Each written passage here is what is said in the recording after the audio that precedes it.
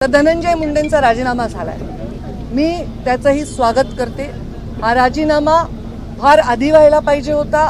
हा राजीनामापेक्षा शपथच नाही व्हायला पाहिजे होती। तर या सगळ्या गोष्टींना पुढच्या बोगांना कदाचित सामोरं जावं लागलं नसतं। घेणाऱ्यांनी सुद्धा आधी घ्यायला पाहिजे होता, धनंजयनी सुद्धा आधी राहायला पाहिजे होता।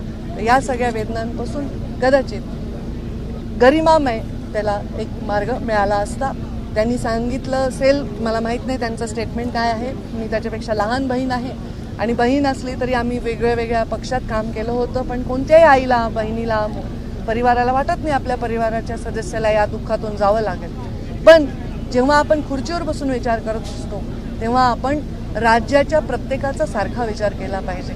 त्या पोराच्या परिवाराच्या, त्याच्या जीवाच्या वेदनांपुढे हे काहीही मोठा निर्णय नाही आहे। त्यांनी तो घेतलाय, ते योग्यच केलेलं आहे। मला वाटतं देर आहे दुरुस्त।